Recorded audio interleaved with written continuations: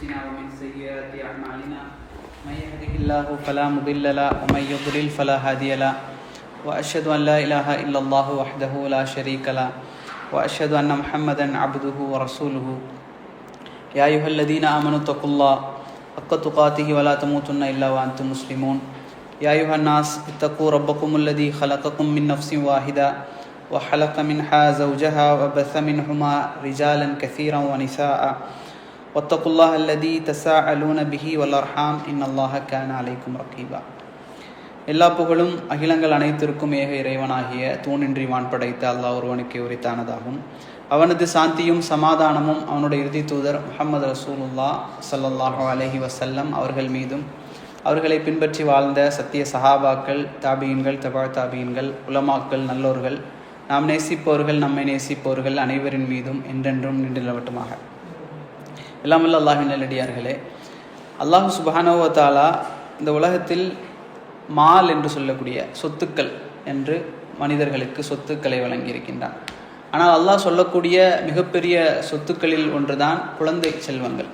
இப்போ இந்த குழந்தை செல்வங்களை எப்படி வளர்க்க வேண்டும் என்பது சம்பந்தமாக அல்லாஹ் சுப்ஹானஹு வ தஆலாவும் அல்லாஹ்வுடைய தூதர் ஸல்லல்லாஹு அலைஹி வஸல்லம் அவர்களும் குர்ஆனிலும் நபிமொழிகளிலும் ஏராளமான செய்திகளை நாம் குர்ஆனையும் ஹதீஸையும் எடுத்து பார்த்தா குழந்தை வளர்ப்பு சம்பந்தமாக ஏராளமான செய்திகளை அல்லாஹ்வும் அல்லாஹ்வுடைய தூதரும் நமக்கு கற்றுத்தருவதை நாம் பார்க்கலாம்.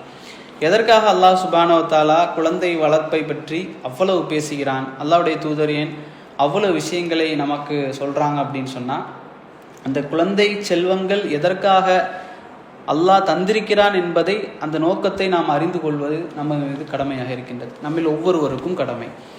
அல்லாஹ் குர்ஆனிலே குழந்தைகளை தருவதை பற்றி சொல்லும் பொழுது கூட அல்லாஹ் எப்படி ஆரம்பிக்கிறான் அப்படின்னு சொன்னால், அந்த வசனத்தில் அல்லாஹ் சுப்ஹானஹு வ தஆலா எல்லாவற்றையும் படைத்தேன் என்று ஆரம்பிக்கின்றான். வானங்களை படைத்தேன், அர்லன்னு சொல்கிறான். எல்லாவற்றையும் படைத்த அல்லாஹ், எல்லாவற்றையும் படைக்க ஆற்றல் உள்ள அல்லாஹ். அப்படி அந்த வசனம் சொல்லி கொண்டு வரக்கூடிய நேரத்தில் அல்லாஹ் சொல்கிறான், உங்களுக்கு அந்த ரப் எதை தருகிறான்? ஆண் குழந்தைகளை தருகின்றான், சிலருக்கு பெண் குழந்தைகளை தருகின்றான். அப்படி அந்த குர்ஆன் வசனம் வருது. அதில் அடுத்ததாக அல்லாஹ் சொல்கிறான், சிலருக்கு ஆண் பிள்ளைகளையும் கொடுக்கின்றேன், சிலருக்கு பெண் பிள்ளைகளையும் கொடுக்கின்றேன் அப்படின்னு சொல்கிறான். அடுத்தது சொல்கிறான் அல்லாஹ், சிலருக்கு குழந்தை வரம் இல்லாதவர்களாக குழந்தையை கொடுக்காமலும் இருக்கின்றேன் அல்லாஹ் சொல்கிறான். அப்போ அல்லாஹ் கொடுக்கக்கூடிய ஒரு அம்சம் தான் என்ன? குழந்தை இல்லாதவர்கள் கவனிக்க வேண்டிய அம்சம். குழந்தை செல்வம் பெற்றவர்கள், ஆண் குழந்தைகள் சிலருக்கு என்னன்னா பெண் குழந்தை வரணும்னு ஆசைப்படுவாங்க, அவர்களுக்கு அல்லாஹ் ஆண் குழந்தையை கொடுத்து கொண்டே இருப்பான். அதே போல பெண் குழந்தையை பெற்றுக்கொண்டே இருப்பாங்க, ஆண் குழந்தைக்கு ஆசைப்படுவாங்க. அல்லாஹ் பெண் குழந்தைகளை கொடுத்து கொண்டிருக்கின்றான். சிலருக்கு அல்லாஹ் சொல்றான், ஆண் குழந்தைகளையும் கொடுக்கின்றேன், பெண் குழந்தைகளையும் கொடுக்கிறேன். சிலருக்கு அல்லாஹ் சொல்றான், நான் கொடுப்பதில்லை என்று சொல்கிறான். அப்ப அல்லாஹ் விரும்பி தான் அதை என்ன செய்யறான். அந்த குர்ஆன் வசனத்தை அல்லாஹ் எப்படி முறிக்கின்றான்? அலீமுன் கதீர், அவன்தான் அறிந்தவன், கதீர் என்று அல்லாஹ் சொல்கின்றான். என்ன காரணம்? இதுல நாம சிந்திக்க வேண்டியது என்ன அப்படின்னு சொன்னா, அல்லாஹ் ஒரு மனிதனுக்கு குழந்தையை கொடுப்பதில்லை என்று சொன்னால் அது அவன் புறத்திலிருந்து உள்ள அறிவு, அவனுடைய ஹிக்மத்தில் சம்பந்தப்பட்டது. எதற்காக அல்லாஹ் அந்த குழந்தையை கொடுக்காமல் இருக்கின்றான் என்பது நமக்கு தெரியாது. ஏனென்று சொன்னால், அல்லாஹ் நிஅமத் என்று குழந்தைகளை சொல்லக்கூடிய அதே வேளையில், அருட்கொடைகள் என்று குழந்தையை சொல்லக்கூடிய அதே வேளை, அல்லாஹ் அதை அமானத் என்றும் சொல்கின்றான். அது ஒரு அமானிதம். அந்த குழந்தைகளை நல்ல முறையில் வளர்ப்பது அமானிதம். ஹதீஸில் நாம் பார்க்குறோம், 2 பெண் குழந்தைகளை பெற்றவருக்கு அதை நல்ல முறையில் வளர்த்து திருமணம் முடித்து வைப்பவருக்கு அல்லாஹ் சொர்க்கத்தை கொடுக்கிறான், அந்த தந்தைக்கு, பெற்றோர்களுக்கு. அதே போல 2 அல்லது 3 அல்லது 4 இப்படி பெண் குழந்தைகளை பெற்றுக்கொண்டு அதை நல்ல முறையில் வளர்த்து திருமணம் முடித்து வைப்பவர்களுக்கு சுவனம் என்று சொன்னால் வெறுமனை வளர்த்து திருமணம் முடித்து வைப்பதல்ல, அது ஒரு அமானிதம். அவர்களுக்கு மார்க்க கல்வியை கற்றுக் கொடுப்பது, அல்லாஹ் என்றால் யார் என்று சொல்லிக் கொடுப்பது, இதுவெல்லாம் அமானிதம். அந்த குழந்தைகள் தவறி செல்கிறது என்று சொன்னால் அதுவும் பெற்றோர்களோடு சம்பந்தப்பட்டது. அப்போ எத்தனையோ பிள்ளைகளை நாம் பார்க்கிறோம் இந்த காலகட்டத்தில், போதை வஸ்துக்கள் இந்த மாதிரி நிறைய சொல்லிக்கிட்டே போகலாம். அப்போ இதுக்கெல்லாம் அந்த பிள்ளை செல்கிறது என்று சொன்னால் அதை பற்றி அந்த பெற்றோர்கள் மறுமை நாளில் அல்லாஹ்வுக்கு முன்பாக மறுமை நாளிலே நிற்க வைக்கப்படுவார்கள். அப்போ சில குழந்தைகள் வழி தவறி போகும் என்று அல்லாஹ்வுக்கு தெரிந்திருந்தால், அதன் மூலம் பெற்றோர்கள் மறுமையில் தண்டிக்கப்படுவார்கள் என்று அல்லாஹ்வுக்கு தெரிந்திருந்தால், அந்த குழந்தை அல்லாஹ் அவருக்காக, அவருடைய நலவுக்காக அல்லாஹ் கொடுக்காமல் இருக்கலாம். அப்போ இந்த அலீம் என்று அல்லாஹ் சொல்லக்கூடிய அந்த வார்த்தை என்பது அல்லாஹோடு சம்பந்தப்பட்டது. அப்போ இதை நம்ம முதல்ல தெரிந்து கொள்ளணும். இதில் முதல் விஷயம், அல்லாஹ் ரப்புல் ஆலமீன் குழந்தைகளை அமானிதம் என்று சொல்லக்கூடிய நேரத்திலே அந்த பிள்ளைகளை இஸ்ஸத்தோடு வளர்க்க வேண்டும். கண்ணியம் கொடுக்கக்கூடியவர்களாக, அவர்கள் கண்ணியப்படக்கூடியவர்களாக நாம் வளர்க்க வேண்டும். எப்படி வளர்ப்பது? நிறைய பேர் இந்த சீசனில் நம்ம பார்த்தோம்னு சொன்னால், இந்த சைக்காலஜிஸ்ட் அப்படின்னு சொல்லக்கூடியவங்க இந்த கிழக்கு பகுதியில், அதே மாதிரி ஆங்கில இந்த நாடுகளில் சைக்காலஜிஸ்ட் என்று சொல்லி குழந்தைகளை இப்படி வளர்க்கணும் இப்படின்னு சொல்லி நிறைய மெத்தடுகளை சொல்லி கொடுப்பாங்க. உதாரணமாக, குழந்தைகளை தரையில் விழுந்துருச்சுன்னு வைங்களேன், குழந்தை போய் ஒரு செவத்தில் முட்டிருச்சுன்னா நம்ம என்ன செய்வோம்? அந்த செவத்தை போய் ஒரு 4 அடி அடித்து, என் பிள்ளைய இடிச்சிட்டியா அப்படி சொல்லி ஒரு 4 அடி கொடுப்போம். உடனே அந்த குழந்தை அழுகையை நிப்பாட்டிடும்.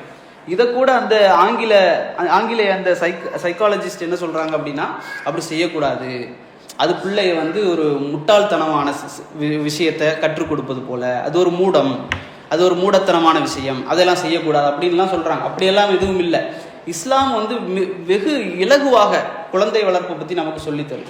அப்போ குழந்தைகளுக்கு முதலாக அந்த பிள்ளைகளை எப்படி அழைக்கணும் அப்படின்னு இஸ்லாம் சொல்லித்தரும். எப்படி அழைக்க வேண்டும் என்று சொன்னால், அந்த பிள்ளைகளுக்கு மரியாதை கொடுத்து அழைக்க வேண்டும், அன்போடு அழைக்க வேண்டும், மரியாதை கொடுத்து. அந்த குழந்தை பச்சை பிள்ளையாக இருந்தாலும் கூட, நீங்கள் எப்படி இருக்கிறீங்க, அஸ்ஸலாமு அலைக்கும் வரஹ்மத்துல்லாஹி வபரகாத் அழைச்சி பிள்ளைங்களுக்கு சலாம் சொல்லி, அவர்கள் அன்போடும் நீங்கள் எப்படி இருக்கிறீங்க இப்படியும் அழைப்பது மூலம் அந்த பிள்ளை என்ன செய்யுது? அந்த காதுகள் வழியாக, செவிகளின் வழியாக அந்த பிள்ளை அந்த வார்த்தைகளை கேட்டு பழகி, அது அந்த செயல்பாட்டை அந்த பிள்ளை என்ன செய்யும்? வளர்ந்ததற்கு பிறகும் செயல்படுத்தக்கூடியதாக இருக்கும். இது முதல் விஷயம், பிள்ளைகளோடு நாம் பழகக்கூடிய நேரத்தில். அதே போல இரண்டாவதாக, பிள்ளைகள் விளையாடக்கூடிய நேரத்திலோ சாப்பிடக்கூடிய நேரத்திலோ, அந்த பிள்ளைகள் ஏதாவது தவறவிடக்கூடிய நேரத்தில், சின்ன பிள்ளையாக இருந்தாலும் அந்த பிள்ளைக்கு அறிவுரையை அழகாக சொல்வது அல்லாஹ்வுடைய தூதருடைய வழிமுறை. ஒரு குழந்தை வருது, அல்லாஹ்வுடைய தூதர் ஸல்லல்லாஹு அலைஹி வஸல்லம் அவர்களோட சாப்பிட்டு கொண்டிருக்கக்கூடிய நேரத்தில் இடது கையால் அந்த பிள்ளை என்ன செய்யுது? சாப்பிடு. அப்போ அல்லாஹ்வுடைய தூதர் ஸல்லல்லாஹு அலைஹி வஸல்லம் அவங்க சொன்னாங்க, யா குலாம், அந்த பிள்ளை அன்போடு அழைக்கிறாங்க முதல்ல. அப்போ தான் அந்த பிள்ளை என்ன செய்யும்? பார்க்கும். இல்லாமல் அடித்து உடனே ஒரு அடியை போட்டு, இதை நீ பண்ணக்கூடாது, இது சரியான வேலையா, இப்படியெல்லாம் கேட்பதை விட அல்லாஹ்வுடைய தூதர் யா குலாம் என்று அழைத்து அந்த பிள்ளை என்ன சொல்கிறாங்க? 3 விஷயங்களை சொல்லி கொடுக்குறாங்க. ஒரு சின்ன குழந்தைக்கு 3 விஷயத்தை அல்லாஹ்வுடைய தூதர் சொல்கிறாங்க, பெரிய மனிதருக்கு சொல்வது போல. எப்படி சொல்கிறாங்க? வலது கையால் நீ சாப்பிடு. முதல்ல பிஸ்மில்லா சொல்கிறாங்க. பிஸ்மில்லா சொல்லி நீ சாப்பிடு, வலது கையால் சாப்பிடு, உனக்கு பக்கத்தில் இருந்து நீ சாப்பிடு அப்படின்னு சொல்லி அல்லாஹ்வுடைய தூதர் இந்த 3 விஷயத்தை சொல்லி கொடுக்குறாங்க. இதில் பெரும்பாலான பெரிய மக்களே நாம் இதை செய்கிறதில்லை. நடுவில் இருந்து சாப்பிட்றது, அங்கேருந்து சாப்பிட்றது. அல்லாஹ்வுடைய தூதர் சொன்னாங்க, பிஸ்மில்லா சொல்லு, வலது கையால் சாப்பிடு, முதல்ல உனக்கு பக்கத்தில் எது இருக்குதோ அதிலிருந்து நீ சாப்பிட ஆரம்பி என்று அல்லாஹ்வுடைய தூதர் கற்றுக் கொடுக்குறாங்க. அப்போ இதே போல நம்ம வீட்டில் நம்ம குழந்தை செய்யக்கூடிய நேரத்திலும் எந்த தவறாக இருந்தாலும் சரி, அந்த குழந்தைக்கு ஒரு பெரிய பிள்ளைக்கு நாம் எப்படி அறிவுரை சொல்கிறோமோ அதே மாதிரி குழந்தைகளுக்கும் நாம் சொல்லி வளர்க்கணும். ஏன் அப்படின்னு சொன்னால், நமக்கெல்லாம் தெரியும், பிள்ளைங்க என்பது ஃபித்ரா, இயற்கையில் பிறக்குது. எப்படின்னா வெள்ளை காகிதம் போல பிறக்குது ஒரு பிள்ளை. அல்லாஹ்வுடைய தூதர் சொல்கிறாங்க, ஒவ்வொரு மனிதனில் பிறக்கக்கூடிய ஒவ்வொரு குழந்தையும் ஃபித்ராவின் அடிப்படையில் பிறக்கின்றது. அவர்களை அவருடைய பெற்றோர்கள் தான் நசராணிகளாக, மஜூசிகளாக வளர்க்குறாங்க, நெருப்பு வணங்கிகளாக வளர்க்குறாங்க. அப்போ இதை மாற்றக்கூடிய வேலை யார் செய்கிறாங்கன்னா? பெற்றோர்கள் செய்கிறாங்க. அப்போ நாம் நல்ல விஷயத்தை அந்த பிள்ளைங்களுக்கு மனதில் பதிய வைக்கக்கூடிய நேரத்தில் பிள்ளைங்களும் அழகாக வளரும் அப்படிங்கிறத நாம் புரிந்து கொள்ள வேண்டும். அப்போது உக்பத் இப்னு அபி சுஃபியான் அவங்க சொல்கிறாங்க, நீங்கள் முதலாவதாக பிள்ளைகளுக்கு நல்ல தர்பியத்தை கொடுக்கணும்னு சொன்னால் நீங்கள் என்ன செய்யணும் அப்படின்னு சொல்கிறாங்க. உக்பத் இப்னு அபி சுஃபியான் அவங்க சொல்கிறாங்க, முதல்ல என்ன செய்யுங்க, நீங்கள் அந்த பிள்ளைங்களுக்கு ஒரு முஅல்லிமாக இருங்க. அவங்க சொல்கிறாங்க, பிள்ளைங்களுக்கு நீங்கள் முஅல்லிம், நீங்கள் கற்றுக் கொடுக்கக்கூடியவராக நீங்கள் முதல்ல இருங்க. அடுத்ததாக என்ன செய்யுங்க? வசியத் செய்யுங்க. நிறைய விஷயங்களை பற்றி அவர்களுக்கு வசியத் செய்யுங்கள். அதற்கு அடுத்ததாக மிக முக்கியமாக சொல்கிறாங்க, இது எல்லாம் செய்ய வேண்டுமா, நீங்கள் உங்களை இஸ்லாஹ் செய்து கொள்ளுங்கள். நீங்கள் என்ன செய்யுங்க? முதல்ல நீங்கள் திருந்துங்கப்பா அப்படின்னு சொல்கிறாங்க. உக்பத் இப்னு அபி சுஃபியான் ரலியல்லாஹு அன்ஹு சொல்கிறாங்க, முதல்ல என்ன செய்யுங்க? நீங்கள் திருந்துங்க, அதற்கு பிறகு பிள்ளைங்களை தானாக திருந்தி விடும் அப்படின்னு சொல்கிறாங்க. அப்போ இன்னொரு அரபு உபதேசம் ப்ராவர்புன்னு சொல்லுவாங்கள்ல, என்னது அரபிக் ப்ராவர்புனா தமிழில் பழமொழி. தமிழில் அந்த பழமொழி மாதிரி அரபிக்கில் ஒரு பழமொழி இருக்குது. அது என்ன சொல்கிறாங்க அப்படின்னா, தந்தையை போலத்தான் பிள்ளை வளருவான். எப்படி தெரியுமா? ஒரு வேரை போலத்தான் ஒரு மரம் வளர்வது போல. அப்படி ஒரு மூங்கில் மரத்தை நம்ம பார்த்தோம் அப்படின்னு சொன்னால், முதல்ல வளர்வதற்கு 5 வருடங்களோ பல வருடங்கள் எடுக்கும். நம்ம நட்டு வச்சோம்னு சொன்னால் அது வளர்றதுக்கு பல வருடங்கள் எடுக்கும், 1 இன்ச்சு வளராது. அது என்ன செய்யும் அப்படின்னா, வேற வளர்த்துக்கிட்டே இருக்கும். அது வேறு ஒரு கட்டத்தை எட்டினதற்கு பிறகு சடன் அந்த மூங்கில் வளர்ந்துக்கிட்டே இருக்கும். அப்போ முதல்ல அதுக்கு தேவை வேறு. அப்போ அந்த பழமொழி என்ன சொல்லுது?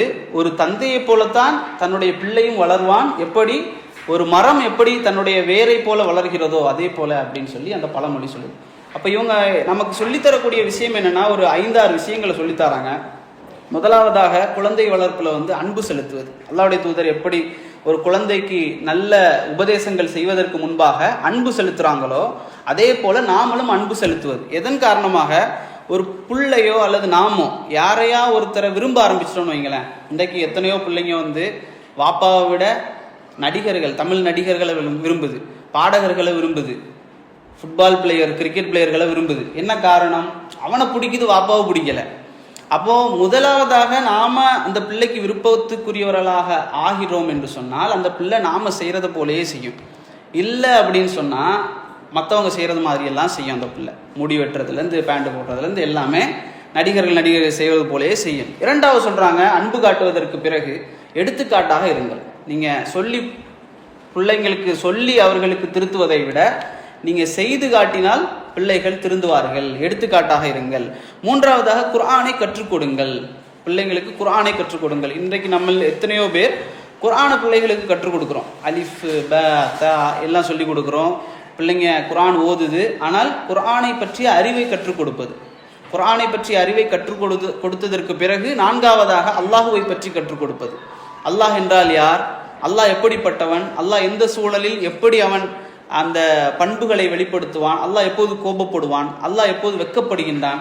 அல்லாஹ் எப்போது அன்போடு நம்மை நோக்கி வருகின்றான்? இது சம்பந்தமான அல்லாஹுவை பற்றிய சிஃபத்துகளை பிள்ளைகளுக்கு கற்றுக் கொடுப்பது. ஐந்தாவதாக சீரத், அல்லாஹ்வுடைய தூதருடைய வரலாறு, அதை கற்றுக் கொடுப்பது. அதற்கு அடுத்தபடியாக குலஃபாவுர் ராஷிதீன்களுடைய வரலாறுகளை கற்றுக் கொடுப்பது. இப்படி அந்த படித்தரங்களை அவர்கள் சொல்லித் தருகிறார்கள். அப்போ பிள்ளைகள் நாம என்ன செய்யறோம் அப்படிங்கிறத முதல்ல கவனிக்கணும். பிள்ளைகள் என்ன செய்து கொண்டிருக்கிறது? சிலருக்கு என்ன அப்படின்னு சொன்னா, என் பிள்ளை நல்ல பையன், அவன் எந்த தப்பு செய்ய மாட்டான், என் பொண்ணு நல்ல பொண்ணு. அது உண்மைதான், எல்லாருடைய குழந்தைகளும் நல்ல குழந்தைகள் தான். ஆனால் ஷைத்தான் நல்லவனா? என்ன இல்லை, ஷைத்தான் ரொம்ப மோசமான. அப்போ ஷைத்தான் எல்லாத்துட்டையும் இருக்கிறானா அப்படின்னா இருக்கிறான். அல்லாஹ்வுடைய தூதர் ஸல்லல்லாஹு அலைஹி வஸல்லம் சொல்றாங்க, ஷைத்தான் ஒவ்வொருவருடைய நாடி நரம்பிலும் ஓடிக்கொண்டிருக்கின்றான்.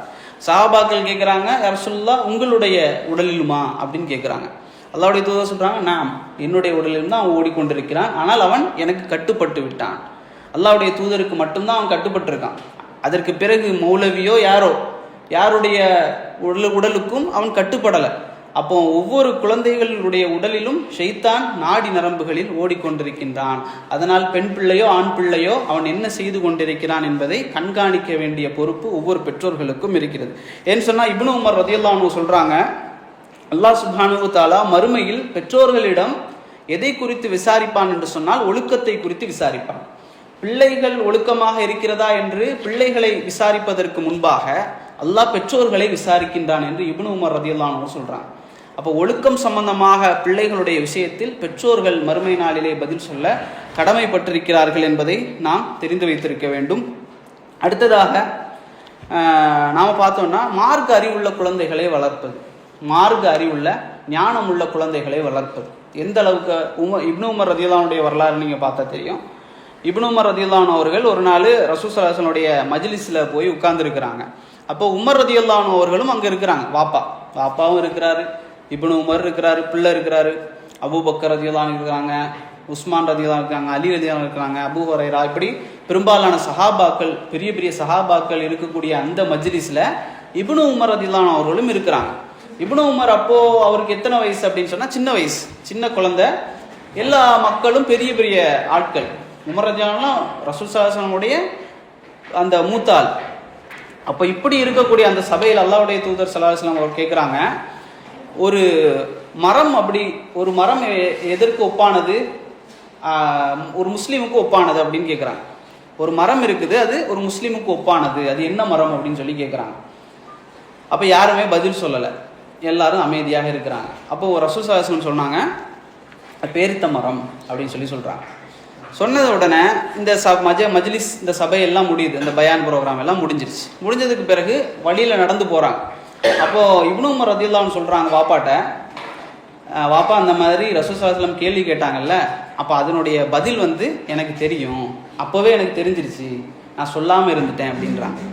அப்போது உமர் ரலியல்லாஹு கேட்குறாங்க, மகனே நீ அந்த நேரத்தில் சொல்லியிருக்க வேண்டியதானே, எனக்கு ரொம்ப சந்தோஷமாக இருந்திருக்குமே, நீ ஏன் சொல்லலை அப்படின்னு சொல்லும்போது, வாப்பாவுடைய ஆசையை பார்த்தீங்களா, எதில் அவர் பாராட்ட எதிர்பார்க்குறாரு, பாட்டு பாடுறதுல, டான்ஸ் ஆடுறதுல, இதில் ப்ரைஸ் வாங்குறதுல எதிர்பார்க்கல. அப்போது தன்னுடைய மகன் ஒரு மஜ்லிஸு கூப்பிட்டுட்டு போகிறது ஒரு சுன்னா, பிள்ளைங்களை மஜ்லிஸுக்கு கூப்பிட்டுட்டு போகிறது, அங்கே உட்கார வைக்கிறது, அமர வைக்கிறது எல்லாம் ஒரு சுன்னா.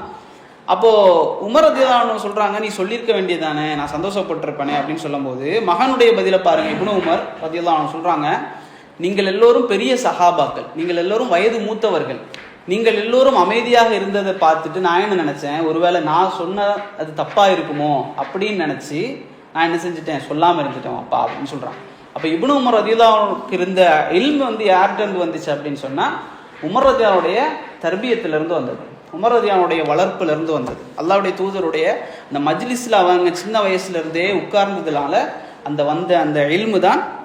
அதுக்கு காரணம் யார், வாப்பா அழைச்சிட்டு போகிறதுனால இந்த குழந்தை நல்ல குழந்தையாக வளர்ந்தது அப்படிங்கிறத பார்க்குறோம். அதே போல் இப்னு ஹல்தூன் என்று சொல்லக்கூடிய ஒரு அறிஞர், மிகப்பெரிய ஒரு அறிஞர், அவங்க சொல்கிறாங்க, பிள்ளைங்களை அடித்து வளர்ப்பதனால் அவர்கள் செய்யக்கூடிய அநீதிகள் என்பது 6 விதமாக இருக்கிறது அப்படின்னு சொல்கிறாங்க. இப்னு ஹல்தூன் மிகப்பெரிய ஒரு அறிஞர், அவர் சொல்கிறாரு, பிள்ளைங்களை நீங்கள் அடித்து வளர்க்கறதுனால, ஒரு முறை 2 முறை அடிக்கிறதல்ல, எப்போதுமே அடித்து வளர்ப்பதனால் குழந்தைகள் அநீதிக்கு செல்லக்கூடிய 6 அம்சங்களை அவங்க சொல்கிறாங்க. முதலாவது, அந்த குழந்தை எதற்கு பழகுகிறது என்று சொன்னால், பொய் சொல்ல பழகுகிறது. ஒரு குழந்தை எப்படி பொய் சொல்கிறது, பாப்பாவுடைய அடிக்கு எப்போது எதை சொன்னாலும் அவர் முதலாவதாக என்ன செய்வார், அடிப்பார். நான் இந்த மாதிரி செஞ்சுட்டேன் அப்படின்னு சொன்னால் கூட முதல்ல என்ன செய்வார், அடிப்பார். அப்போ இந்த அடிப்பதனால் முதலில் அந்த குழந்தை பொய் சொல்ல பழகுகிறது. இரண்டாவது, அந்த குழந்தை மறைவாக குற்றம் செய்ய பழகுகிறது. ஏதாவது வாப்பாவுக்கு முன்னால் ஏதாவது தவறு செஞ்சு அவர் திருத்தாமல் அடித்தார் அப்படின்னு சொன்னான், அந்த குழந்தை மறைவாக அதை செய்வதற்கு பழகுகிறது. மூன்றாவதாக, தந்திரம் செய்ய அந்த குழந்தை பழகுகிறது. நான்காவதாக, ஏமாற்ற பழகுகிறது. ஐந்தாவதாக, அந்த குழந்தைக்கு மழுங்கல், அதாவது பயம், எப்போதும் பயம், எதை செய்தாலும் பயம், இது ஒருவேளை தப்பாக இருந்துச்சுன்னா அடிச்சிருவாரோ இப்படிங்கிற பயத்தினால் அந்த குழந்தை எதையும் செய்வதற்கு பயந்து மழுங்கு அந்த குழந்தை ஆரம்பிக்கிறது. ஆறாவதாக, அந்த குழந்தை இன்சானியத் இல்லாமல், அதாவது மனிதநேயம் இல்லாத ஒரு குழந்தையாக அந்த குழந்தை வளர்கிறது என்று இப்னு ஹல்தூன் அவங்க சொல்கிறாங்க. அப்போ ரசூல் ஸல்லல்லாஹு அலைஹி வஸல்லம் அவருடைய சுன்னாவுக்கு அப்படியே முரண். அல்லாஹ்வுடைய தூதர் எந்த அளவுக்கு அன்போடு இருந்தாங்க. ரசூல் ஸல்லல்லாஹு அலைஹி வஸல்லம் அவர்கள் மிம்பருக்கு மேலாக அமர்ந்து பயான் குத்துபா செஞ்சு கொண்டிருக்கக்கூடிய நேரத்தில் ஹசன் ஹுசைன் ரலியல்லாஹு அன்ஹு அவர்கள் ஓடி வருவாங்க, கீழே விளையாடிட்டு இருப்பாங்க. ரசூல் ஸல்லல்லாஹு அலைஹி வஸல்லம் அவர்கள் மிம்பரிலிருந்து கீழே இறங்கி போய் அந்த குழந்தையை தூக்கி கொண்டு அமர்ந்து அவங்க என்ன செய்வாங்க, பயான் செய்வாங்க. இது நம்ம செய்யக்கூடாது. அப்படி ரசூல் ஸல்லல்லாஹு அலைஹி வஸல்லம் அவர்கள் வஹியோடு சம்மந்தப்பட்டவங்க, அவங்க அதை செய்கிறாங்க. ரசூல் ஸல்லல்லாஹு அலைஹி வஸல்லம் அவருடைய அன்பு அந்த அளவுக்கு இருந்துச்சு. ஹசன் ஹுசைன் விளையாடுறதை பார்த்துட்டு கீழே இறங்கி அந்த குழந்தையை தூக்கிட்டு போயிட்டு குத்துபா செய்கிறாங்க. இப்போ இந்த அளவுக்கு அவர்கள் குழந்தைகளோடு அன்போடு இருந்தார். எந்த அளவுக்கு ரசூல் ஸல்லல்லாஹு அலைஹி வஸல்லம் அவர்கள் தொழுது கொண்டிருப்பார்கள், குழந்தைகளுடைய சத்தம் பின்னால் கேட்கும், பள்ளிவாசல்ல குழந்தைகளுடைய சத்தம் கேட்கும். ரசூல் ஸல்லல்லாஹு அலைஹி வஸல்லம் என்ன செய்வாங்கன்னு சொன்னால், அந்த சூறாவை என்ன செய்வாங்க, சுருக்கி தொழுவாங்க. அப்படியே கொஞ்சம் கம்மி பண்ணிட்டு அந்த தொழுகையை முடிக்க ஆரம்பிப்பார்கள். ஏன் அப்படின்னு சொன்னால், அவர்களுடைய பெற்றோருடைய உள்ளம் பதறும் என்பதன் காரணமாக அழுது கொண்டிருக்கிறது. அப்படிங்கிறதுனால அல்லாஹ்வுடைய தூதர் என்ன செய்வாங்க, அந்த தொழுகையை சுருக்கக்கூடிய காரியத்தை கூட செய்கிறாங்க. அப்படின்னு சொன்னால் நாம் எந்த அளவுக்கு இருக்கிறோம் அப்படிங்கிறத பார்க்கணும். அதே போல் ஒரு குழந்தை தன்னுடைய பெற்றோர்கள் எப்படி இருக்கிறாங்கிறத பார்த்து வளருவது என்பதாக இமாமுக சொல்கிறாங்க. எந்த அளவுக்கு ஒரு குழந்தை தன்னுடைய பெற்றோர்கள், தாயும் தந்தையும் எப்படி இருக்கிறாங்க, அவங்க எப்படி நடந்து கொள்கிறாங்க அப்படிங்கிறத குழந்தை பார்க்குது. நாம் நம் மனைவியோடு எப்படி இருக்கிறோம் என்பதை ஒரு குழந்தை கவனிக்கின்றது அப்படின்னு சொல்லி இமாம்கள் சொல்கிறாங்க. அப்போது நாம் என்ன நினைக்கிறோம் அப்படின்னு சொன்னால், குடும்பத்தில் எப்போ போனாலும் சண்டை, எப்போ போனாலும் பிரச்சனை இல்லாத நாள் வந்தாச்சுன்னா சந்தோஷம். அப்படி ஒரு கட்டத்தில் நாம் இருக்கிறோம். எந்த அளவுக்கு ஆண்களுடைய மனநிலை எப்படின்னு சொன்னால், ஒரு பேச்சுலர் ரூமுக்கு போனான் அப்படின்னு சொன்னால், அந்த பேச்சுலர் ரூமில் ட்ரெஸ்ஸஸ் அங்கங்கே கிடக்கும், ஷூ அங்கங்கே கிடக்கும், எல்லாம் அப்படி இப்படி கிடக்கும். இதெல்லாம் கண்டுக்கிடவே மாட்டோம். என்ன, அது இயல்பு, பேச்சுலர் ரூம்னா அப்படி தான் இருக்கும் இப்படிங்கிற ஒரு இயல்பு. குழந்தை அழுது நைட்டில் ராத்திரி முழுக்க குழந்தை அழுதுகிட்டே இருக்குன்னு வைங்களேன், என்ன நினைப்போம், இது என்ன தப்பாக இருக்குது, இதுக்கு ஹாஸ்பிட்டலில் கொண்டு போய் காட்டணும் அல்லது குழந்தைக்கு நாளைக்கு சொல்லி புரிய வைக்கணும் இப்படி நினைப்போமா? இல்லை, இது ஒரு இயல்பு. அதே போல் மனைவி என்பவள் எப்படிப்பட்டவங்க அப்படின்னு சொன்னால், பிரச்சனைக்குரியவங்க தான். அந்த பிரச்சனை இருந்துக்கிட்டே தான் இருக்கும்.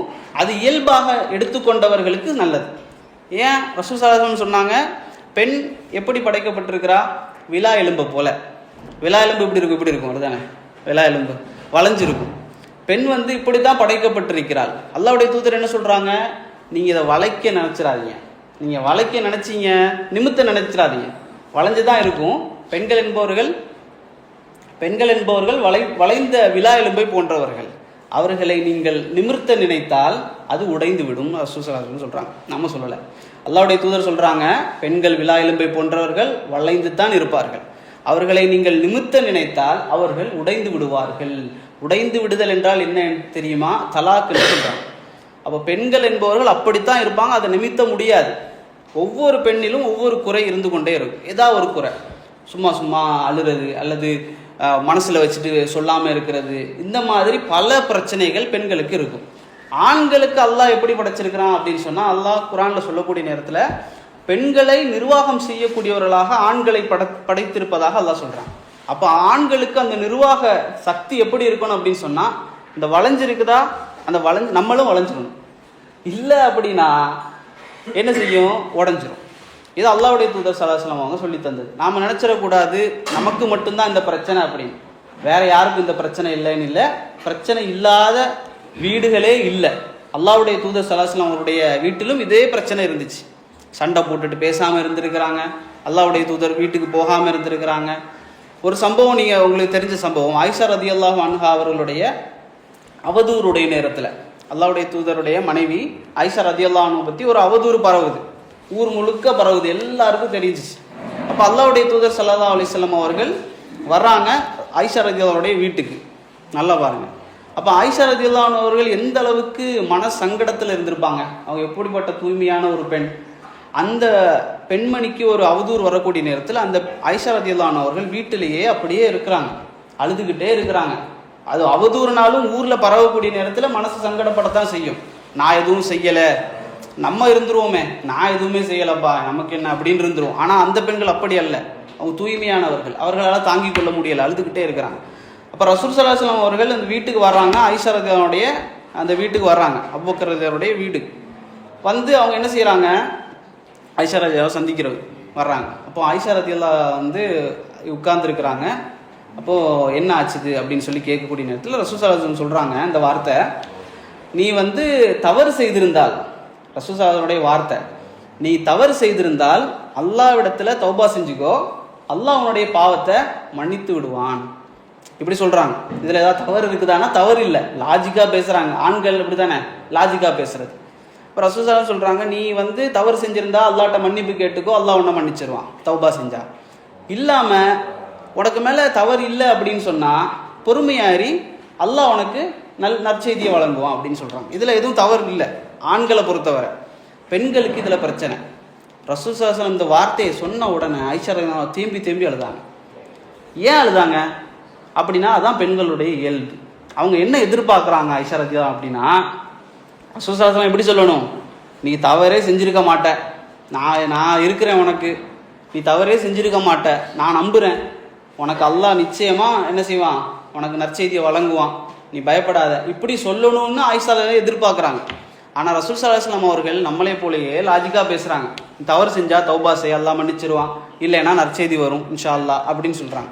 ஆயிஷா தேம்பி அழுறாங்க, உள்ளே போயிட்டாங்க. மறுபடியும் கொஞ்ச நாள் போகுதில்ல, அந்த நாட்கள் கடக்க ரசூல் ஸல்லல்லாஹு அலைஹி வஸல்லம் அவர்களுக்கு வஹி வருது. ஆயிஷா ரலியல்லாஹு அவர்களை தூய்மைப்படுத்தி அல்லாஹ் குர்ஆன்ல வசனத்தை இறக்கி வைக்கிறான். இந்த வசனத்தை இறங்கின உடனே ரசூல் ஸல்லல்லாஹு அலைஹி வஸல்லம் அவர்கள் சந்தோஷப்பட்டு போகிறாங்க. ஆயிஷா ரலியல்லாஹு பற்றின தூய்மையான வசனம் வந்துருச்சு, கன்ஃபார்ம், இதுக்கப்புறம் யார் என்ன சொல்ல முடியும் அப்படின்னு சொல்லி ரசூல் ஸல்லல்லாஹு அலைஹி வஸல்லம் சந்தோஷமாக ஆயிஷா ரலியல்லாஹு வீட்டுக்கு போய் சந்தித்து இந்த மாதிரி உட்கார்ந்துட்டு இந்த செய்தியை சொல்கிறாங்க. இந்த மாதிரி அல்லாஹ் ரப்புல் ஆலமீன் வசனத்தை இறக்கிட்டாங்க, உங்களை பற்றி நீங்கள் தூய்மையானவர்கள் என்பது சம்பந்தமாக வசனம் இறக்கப்பட்டுருச்சு அப்படின்னு சொல்லி சொல்கிறாங்க. அந்த குடும்பம் சந்தோஷப்படுது, அபூபக்கர் சந்தோஷப்படுறாங்க. உடனே அவங்க சொல்கிறாங்க, அபூபக்கர் ஆயிஷா ரலியல்லாஹு போய் ரசூல் ஸல்லல்லாஹு அலைஹி வஸல்லம் அவர்களுக்கு நன்றி சொல்லு, போய் உன் சந்தோஷத்தை வெளிப்படுத்து அப்படின்னு. அப்போ பாருங்கள் பெண்களுடைய இதை ஆயிஷா ரலியல்லாஹு சொல்கிறாங்க, நான் ஏன் இவருக்கு நன்றி செலுத்தணும், நான் நன்றி செலுத்த வேண்டியது அல்லாஹ்வுக்கு மட்டும்தான் அப்படின்னு சொல்கிறாங்க. ஆயிஷா ரலியல்லாஹு நான் நன்றி செலுத்த வேண்டியது அல்லாஹ்வுக்கு மட்டும்தான், நான் ஏன் இவருக்கு நன்றி செலுத்தணும் அப்படின்னு சொல்கிறாங்க. அப்போ இது என்ன, பெண்களுக்கு இருக்கக்கூடிய ஒரு இயல்பு, இது எல்லாருக்கும் இருந்தது, ரசூல் ஸல்லல்லாஹு அலைஹி வஸல்லம் வீடுகளிலும் இருந்தது. அப்போ நாம் என்ன செய்யக்கூடாதுன்னு சொன்னால், ஒரு பிரச்சனை வந்துச்சுன்னா அதை எப்படி கையாள்வது, ஒரு பெண்களை எப்படி கையாள்வது. ஒரு நாள் ரசூல் ஸல்லல்லாஹு அலைஹி வஸல்லம் அமர்ந்திருக்கிறாங்க, ஒரு மனைவியுடைய வீட்டில் அமர்ந்திருக்கிறாங்க.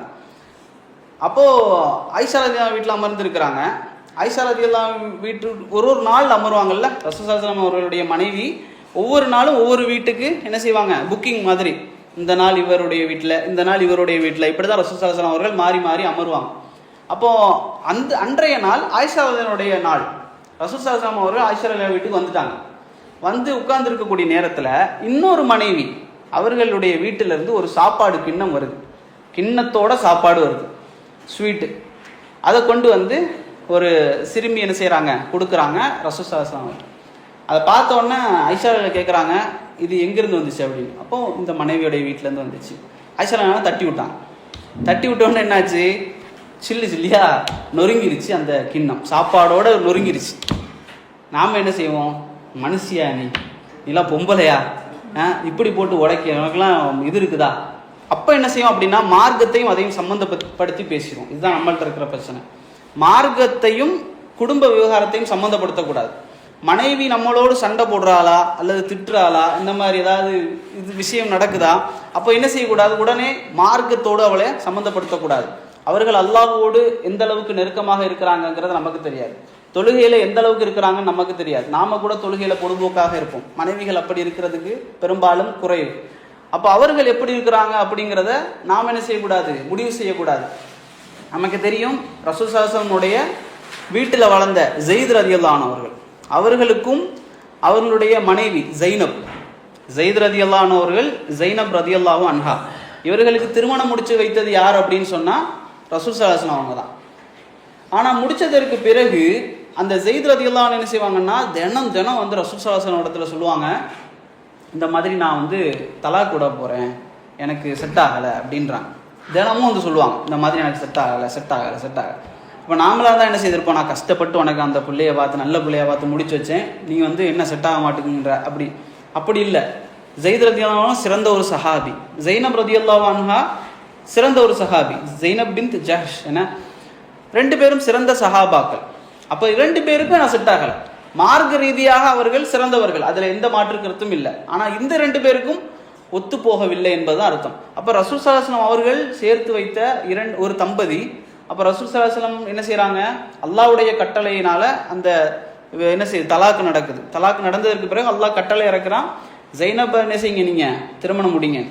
ஏன் அது என்ன சட்டம், அந்த காலத்தில் ஒரு இது இருந்துச்சு, ஒரு மூடப்பழக்கம், வளர்ப்பு பிள்ளை வந்து தான் பிள்ளை அப்படின்னு சொல்லுவாங்க. ஸைனப் பின்த் முஹம்மது, அதாவது ஸெயித் இப்னு முஹம்மதுன்னு சொல்லுவாங்க. ஆனால் ஸெயித் ரலியல்லாஹு ரசூல் ஸல்லல்லாஹு அலைஹி பிள்ளை கிடையாது, வளர்ப்பு பிள்ளை.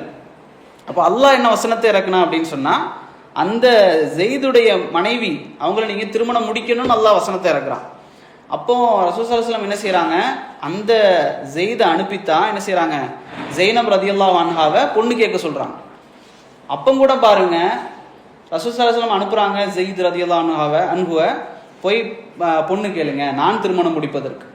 அப்போது போய் கேட்கக்கூடிய நேரத்தில் ஸைனப் ரலியல்லாஹு அன்ஹா சொல்கிறாங்க, நான் இஸ்திகாரா செஞ்சுட்டு தான் திருமணம் முடிப்பேன். யாரை, ரசூல் ஸல்லல்லாஹு அலைஹி வஸல்லம் அவர்களை நான் இஸ்திகாரா செஞ்சுருக்கிறேன், நான் செஞ்சு தான் அவங்கள என்ன செய்வேன், திருமணம் முடிப்பேன், அது வரைக்கும் நான் திருமணம் முடிக்க மாட்டேன்னு சொல்கிறான். அப்போ பெண்களுடைய இது அப்படிதான் அப்படிங்கிறத நம்ம நினைக்கணும். 2வது இதான் சொன்னேன், மார்க்கத்தோட குடும்ப வாழ்க்கையை சம்மந்தப்படுத்தக்கூடாது. அப்போது இந்த ஐஷா தட்டி விட்ட உடனே அந்த சில்லியாக நொறுங்கிடுச்சு.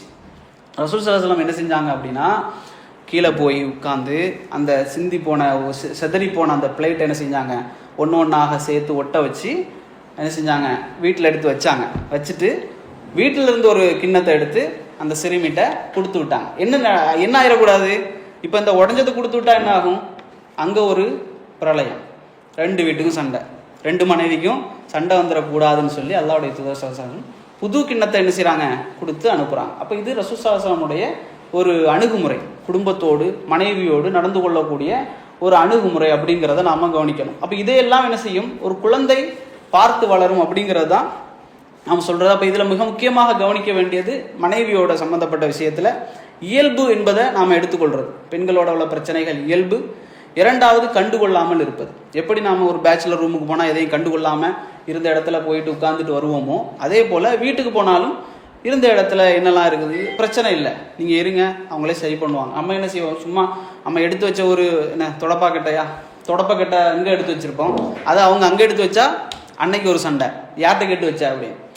அப்போ இப்படி நாம் இருப்பதை விட்டு கண்டுகொள்ளாமை, ஒன்று இயல்பாக எடுத்துக்கொள்ளுதல், 2வது கண்டுகொள்ளாமை, இந்த 2 பண்புகளை மனைவியோடு சம்பந்தப்பட்ட விஷயத்தில் எடுத்துக்கொள்ள வேண்டும். அப்போது இதுதான் விஷயம். இது பிள்ளைகளுடைய வளர்ப்பில் மிக முக்கியமான ஒரு பங்காற்றுகிறது.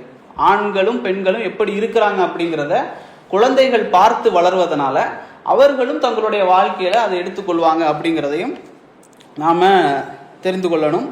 இதில் மிக முக்கியமான இன்னொரு விஷயம், மதீனாவில் மக்காவில் இருக்கக்கூடிய நேரத்தில் ஆண்கள் தான் கொஞ்சம் மேலே இருந்தாங்க, பெண்கள் கொஞ்சம் அடக்கப்பட்டவர்களாக இருந்தாங்க. மதீனாவுக்கு வந்ததற்கு பிறகு இஸ்லாம் சரியான சலுகைகளை பெண்களுக்கு வழங்கிட்டே இருந்துச்சு. நீங்கள் அதை கேட்கலாம், இதை கேட்கலாம், எல்லாம் நீங்கள் பேசிக்கலாம் அப்படின்னு சொல்லி பல சலுகைகளை வழங்கிருச்சு. அப்போ மதீனாவில் அன்சாரி பெண்கள் இருக்கிறாங்க, முஹாஜிர்கள் வந்தாச்சு. இப்போ அன்சாரி பெண்களோட சேர்ந்து முஹாஜிர் பெண்களுக்கும் கொஞ்சம் அதிகாரம் வந்துருச்சு. அப்போ என்ன செஞ்சிட்டாங்கன்னா, ரொம்ப ஓவராக போக ஆரம்பிச்சுட்டாங்க. பெண்கள் எல்லாம் பயங்கர சேட்டை. அப்போது ரசூல் ஸல்லல்லாஹு அலைஹி வஸல்லம் இடத்துல சஹாபாக்கள் கேட்குறாங்க, யார் சொல்ல அந்த மாதிரி பெண்களுடைய இது தாங்க முடியல. அப்போ ரசூல் ஸல்லல்லாஹு அலைஹி வஸல்லம் சொல்கிறாங்க, நீங்கள் என்ன செய்யுங்க, கொஞ்சம் அவர்களுக்கு தண்டனை கொடுக்கலாம், கொஞ்சம் வலிக்காமல் அடிக்கிறது, அதை கொடுக்குறாங்க. ரசூல் ஸல்லல்லாஹு அலைஹி வஸல்லம் அனுமதியை கொடுக்குறாங்க. இது நடந்து கொஞ்ச நாள் போனதுக்கு பிறகு ரசூல் ஸல்லல்லாஹு அலைஹி வஸல்லம் அவர்கள் வீதியில் நடந்து போகும்போது சஹாபிய பெண்மணிகள் எல்லாம் கூடிட்டாங்க. கூடி ரசூல் ஸல்லல்லாஹு அலைஹி வஸல்லம் சொன்னாங்க, யார சொல்ல அந்த மாதிரி ஆண்களுடைய எல்லை மீறிட்டாங்க, ஆண்கள் அடி பயங்கரமாக போட ஆரம்பிச்சிட்டாங்க அப்படின்னு சொல்லி பெண்கள் கம்ப்ளைண்ட் செய்கிறாங்க.